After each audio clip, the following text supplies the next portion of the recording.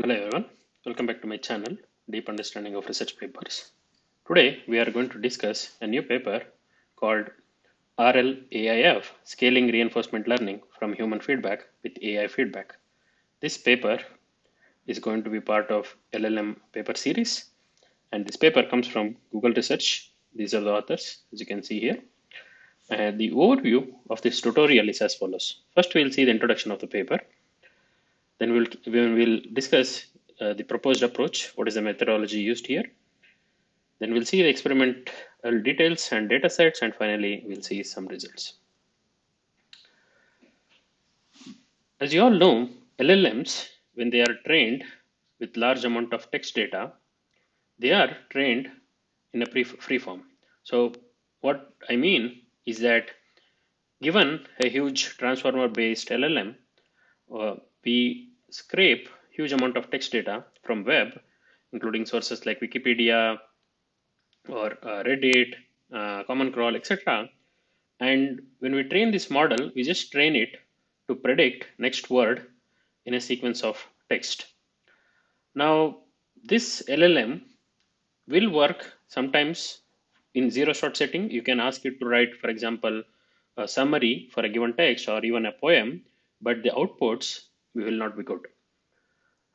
Now, in order to tune this LLM towards human preferences, we need to adopt a technique called RLHF, which was proposed by OpenAI, where they first train something called a reward model on human preferences, which is also an LLM or neural network, which basically takes which basically takes an input text and then gives you a reward score. For example, let's say you are trying to build a summarization model.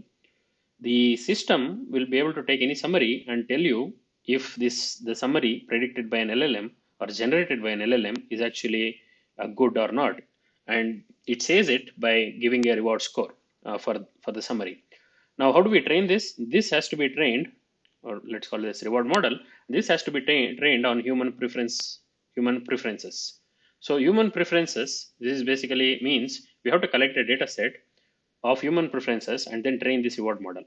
Now, once we have this reward model, we can use this reward output as a signal to retrain this LLM to steer it or align it towards human preferences, which means when we want to generate something or some text which is preferred by a human, right? So this is the RLHF process. So the idea is very simple: collect human preferences and then train a reward model, and then use the reward signal in a reinforcement learning setting and train the policy, which is again an LLM, to make sure or to align this LLM towards human preferences. This is how the ChatGPT, a system like ChatGPT or GPT-4 and even other LLM models are trained these days. Now, collecting human preference data set is quite time consuming and laborious and even expensive process. And this paper asks this question: can we use an AI to generate human preferences? And what happens if I train this reward model using AI preferences rather than human preferences? And then will we be able to achieve the same level of accuracy with this reward model trained with AI data, and then the LLM trained using that specific reward model? We will see the accuracies and so on in the later section, but in simple words, this actually works. So as I said, collecting human labels for reward model training is very expensive process.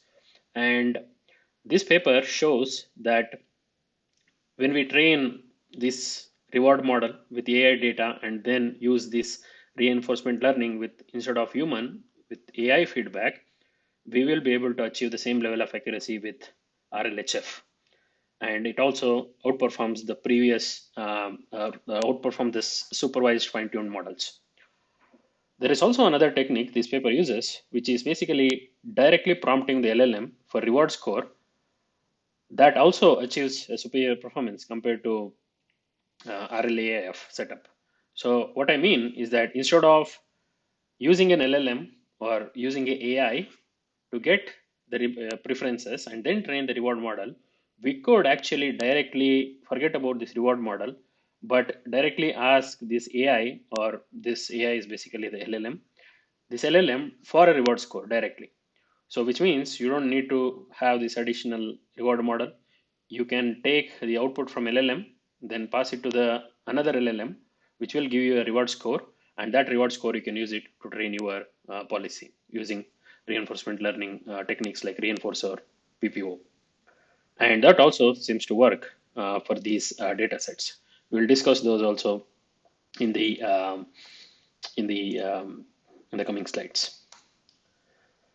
Okay, for methodology, we will go through in 4 different sections. So basically, we will first look at the high-level overview of the approach, which I pretty much explained in the previous slide, but I will also go through it once again. And then how do we collect the preference labeling data with LLMs? I called it AI, but it's actually an LLM. And then using the reinforcement learning from the AI feedback. And finally, we'll see how the evaluation was conducted. Now, the high-level overview looks like this. So there are 2 things here. There is one top section and there is another section here. So both are equivalent, except the human is replaced by an LLM in the top part. So what happens is that we get the SFT model. So if you don't know what SFT is basically supervised fine-tuned model. So what we do is that, just to give you a brief understanding of how these things work, because if you don't have knowledge about this RLHF techniques, you can watch one of my previous tutorial. I will drop the link in the description. But the overall idea is very simple. So you start with an pre-trained LLM, which is just trained on pre-trained LLM, which is just trained on web text data, right? Then what you do is, since you know this LLM is not going to give you a good output in terms of human preferences, you have to fine tune it on some labeled data set. So for example, let's say you want to train your LLM for summarization task, or ask your LLM to give you a good summary for any text.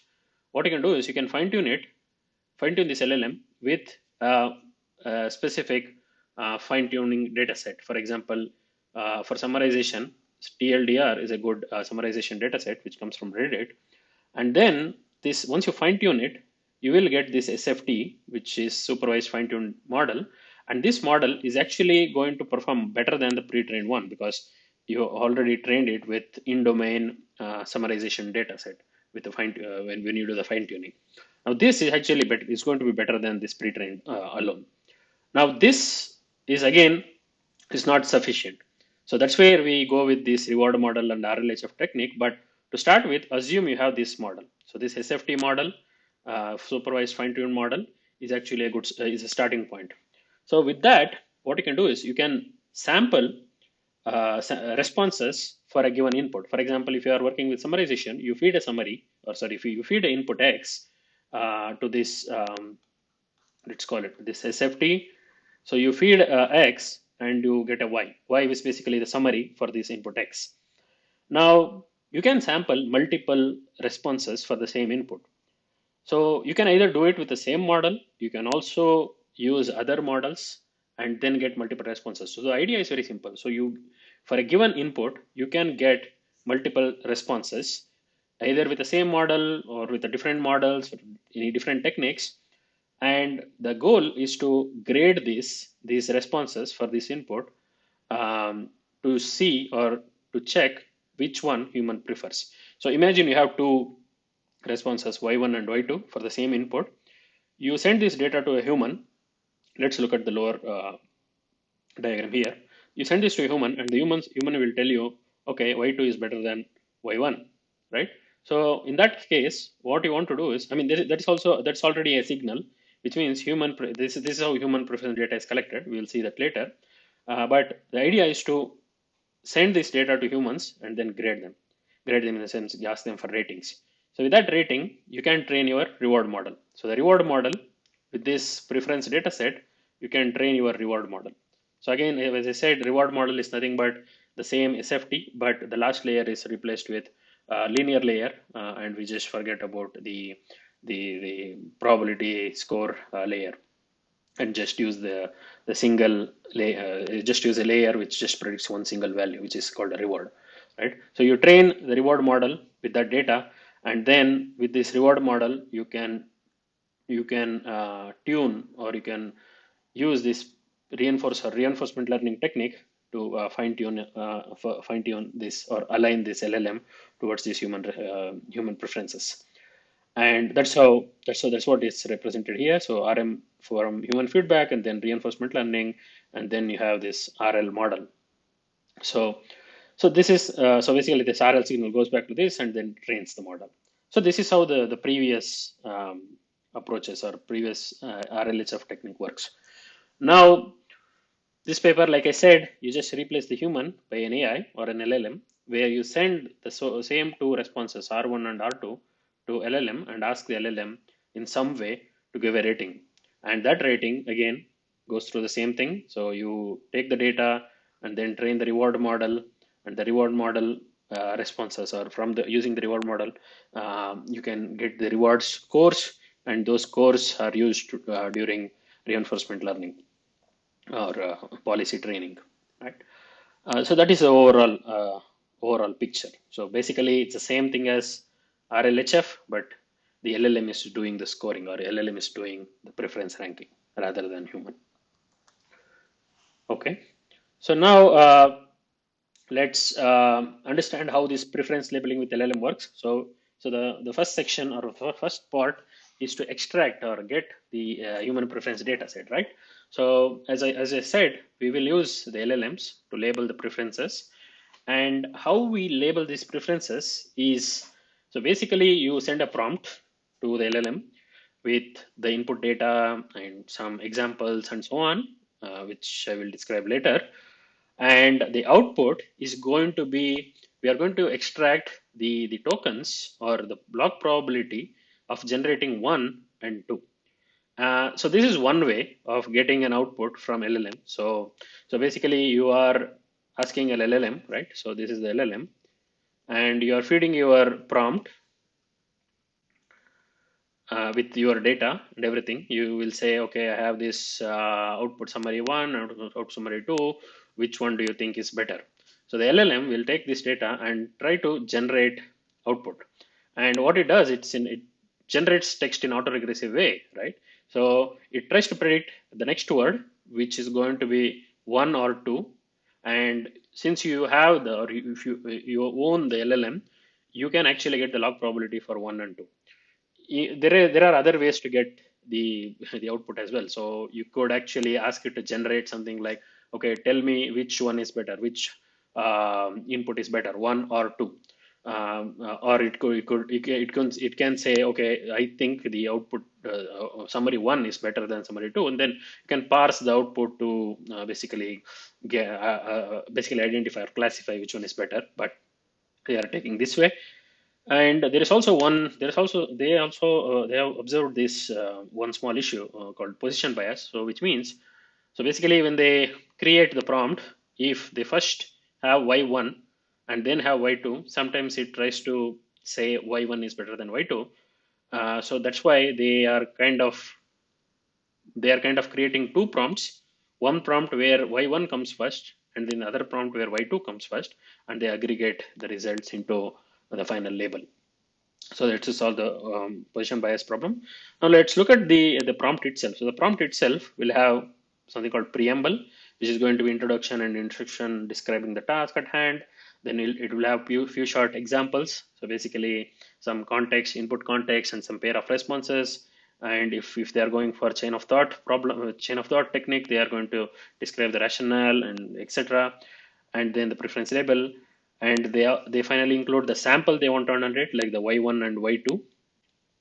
And since they were doing position biasing, they might include y1, y2 first and y1 later in the other prompt. And then the ending. So the ending is going to be something like preferred response is equal to. So hopefully if the LLM is good, it will say, it will predict 1 or 2. And since it's going to generate, you can simply capture the log probability of generating that specific token, and then you can do the classification yourself, right? So this is how the prompt is created. Now they also use the chain of thought reasoning, which seems to work better. So basically, chain of thought is a process where you don't directly ask for answer from an LLM, but you ask it to think through the problem and then give a correct response. So basically, it's the same thing. For example, we have the preamble, we have the sample to annotate, and we have this chain of thought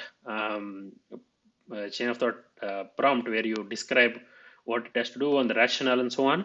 Then the LLM generates some response, and that response we are not going to use it as directly as the output.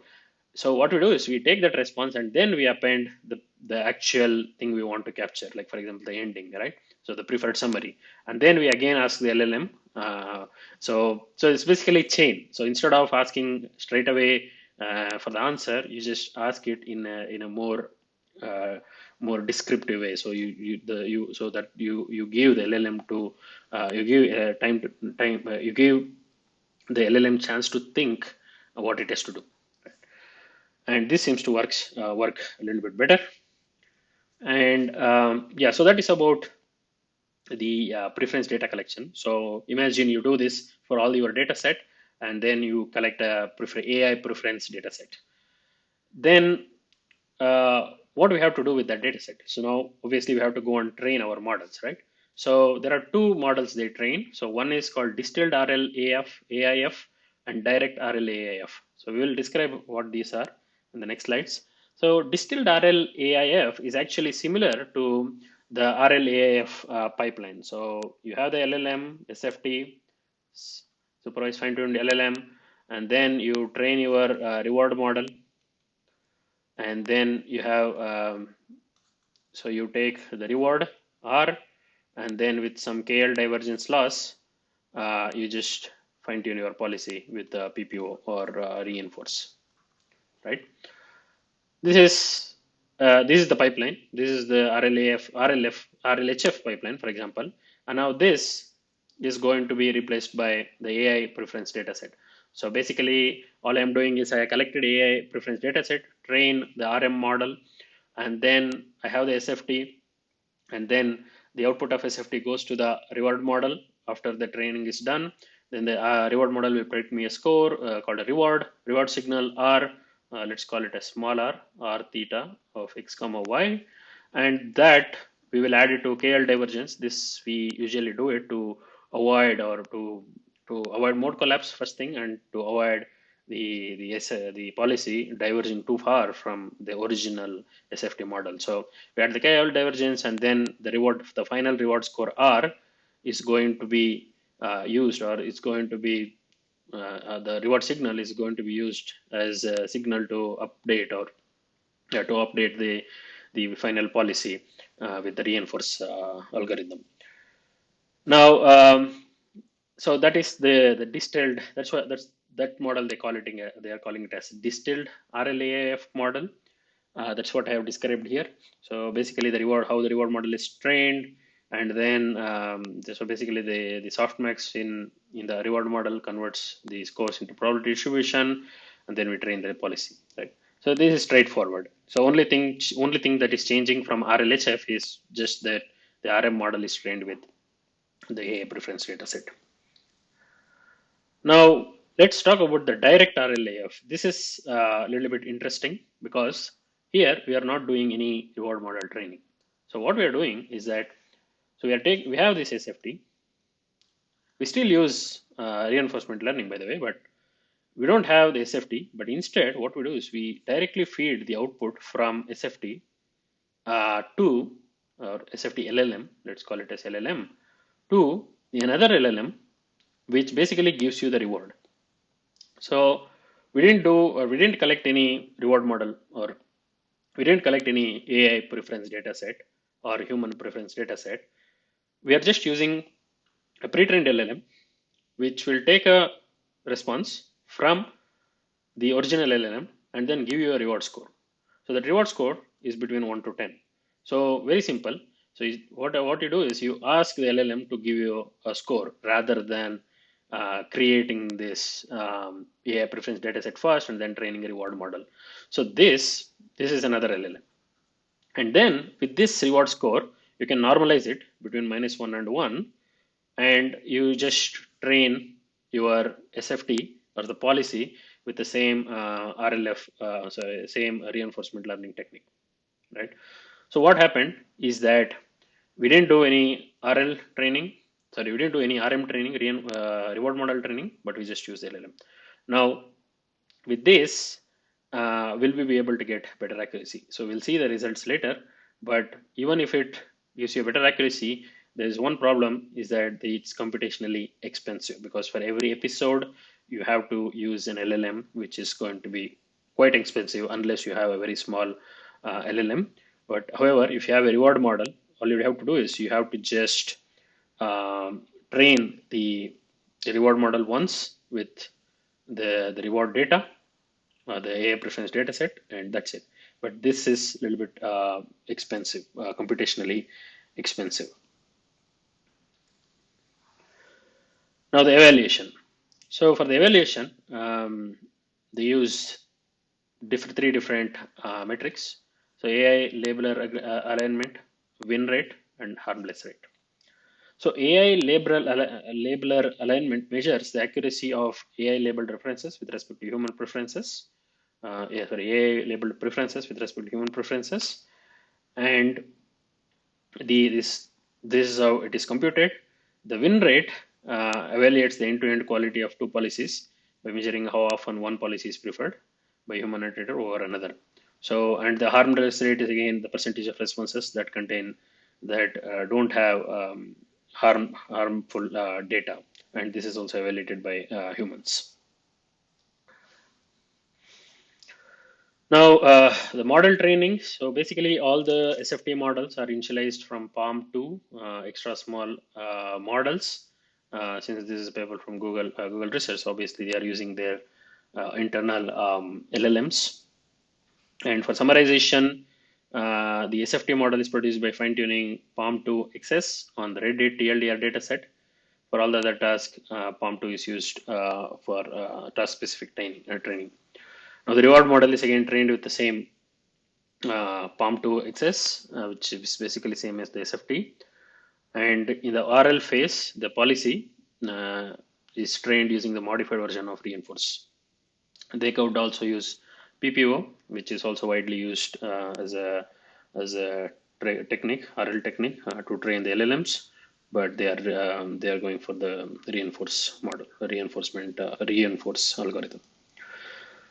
Now, for human evaluation, so basically the data, basically the responses, the win rates, and other metrics are obtained for all of these models by humans. And I'm going to skip this section. It's not so important. We're running out of time. So let's go to the results straight away. So basically, this is basically the first diagram you will see if you see the paper, which is in the first page. So what they are showing here is basically the win rate with respect to SFT.